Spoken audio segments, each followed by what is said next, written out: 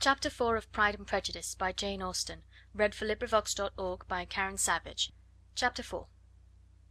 When Jane and Elizabeth were alone, the former, who had been cautious in her praise of Mr. Bingley before, expressed to her sister just how very much she admired him. "He is just what a young man ought to be," said she, "sensible, good humoured, lively, and I never saw such happy manners. So much ease, with such perfect good breeding." "He is also handsome," replied Elizabeth, "which a young man ought likewise to be, if he possibly can. His character is thereby complete." "I was very much flattered by his asking me to dance a second time. I did not expect such a compliment." "Did not you? I did for you. But that is one great difference between us. Compliments always take you by surprise, and me never. What could be more natural than his asking you again? He could not help seeing that you were about 5 times as pretty as every other woman in the room. No thanks to his gallantry for that. Well, he certainly is very agreeable, and I give you leave to like him. You have liked many a stupider person." "Dear Lizzy!" "Oh, you are a great deal too apt, you know, to like people in general. You never see a fault in anybody. All the world are good and agreeable in your eyes. I never heard you speak ill of a human being in your life." "I would not wish to be hasty in censuring any one, but I always speak what I think." "I know you do, and it is that which makes the wonder. With your good sense, to be so honestly blind to the follies and nonsense of others. Affectation of candour is common enough, one meets with it everywhere, but to be candid without ostentation or design, to take the good of everybody's character and make it still better, and say nothing of the bad, belongs to you alone. And so you like this man's sisters too, do you? Their manners are not equal to his." "Certainly not, at first, but they are very pleasing women when you converse with them. Miss Bingley is to live with her brother and keep his house, and I am much mistaken if we shall not find a very charming neighbour in her." Elizabeth listened in silence, but was not convinced. Their behaviour at the assembly had not been calculated to please in general, and with more quickness of observation and less pliancy of temper than her sister, and with a judgment too unassailed by any attention to herself, she was very little disposed to approve of them. They were, in fact, very fine ladies, not deficient in good humour when they were pleased, nor in the power of making themselves agreeable when they chose it, but proud and conceited.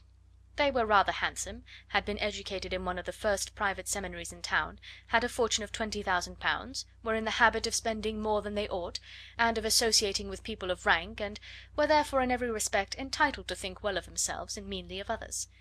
They were of a respectable family in the north of England, a circumstance more deeply impressed on their memories than that their brother's fortune and their own had been acquired by trade. Mr. Bingley inherited property to the amount of nearly £100,000 from his father, who had intended to purchase an estate, but did not live to do it. Mr. Bingley intended it likewise, and sometimes made choice of his county, but as he was now provided with a good house and the liberty of a manor, it was doubtful to many of those who best knew the easiness of his temper whether he might not spend the remainder of his days at Netherfield, and leave the next generation to purchase. His sisters were anxious for his having an estate of his own, but though he was now only established as a tenant, Miss Bingley was by no means unwilling to preside at his table, nor was Mrs. Hurst, who had married a man of more fashion than fortune, less disposed to consider his house as her home when it suited her. Mr. Bingley had not been of age 2 years when he was tempted by an accidental recommendation to look at Netherfield House. He did look at it, and into it, for almost half an hour, was pleased with the situation and the principal rooms, satisfied with what the owner said in its praise, and took it immediately. Between him and Darcy there was a very steady friendship, in spite of great opposition of character. Bingley was endeared to Darcy by the easiness, openness, and ductility of his temper, though no disposition could offer a greater contrast to his own, and though with his own he never appeared dissatisfied. On the strength of Darcy's regard Bingley had the firmest reliance, and of his judgment the highest opinion. In understanding Darcy was the superior. Bingley was by no means deficient, but Darcy was clever. He was at the same time haughty, reserved, and fastidious, and his manners, though well bred, were not inviting. In that respect his friend had greatly the advantage. Bingley was sure of being liked wherever he appeared. Darcy was continually giving offence. The manner in which they spoke of the Meryton assembly was sufficiently characteristic. Bingley had never met with more pleasant people or prettier girls in his life. Everybody had been most kind and attentive to him, there had been no formality, no stiffness, he had soon felt acquainted with all the room, and as to Miss Bennet, he could not conceive an angel more beautiful.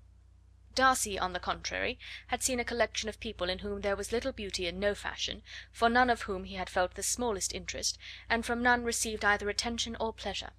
Miss Bennet he acknowledged to be pretty, but she smiled too much. Mrs. Hurst and her sister allowed it to be so, but still they admired her and liked her, and pronounced her to be a sweet girl, and one whom they would not object to know more of.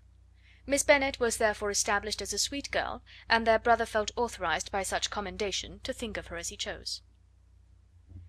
Chapter 5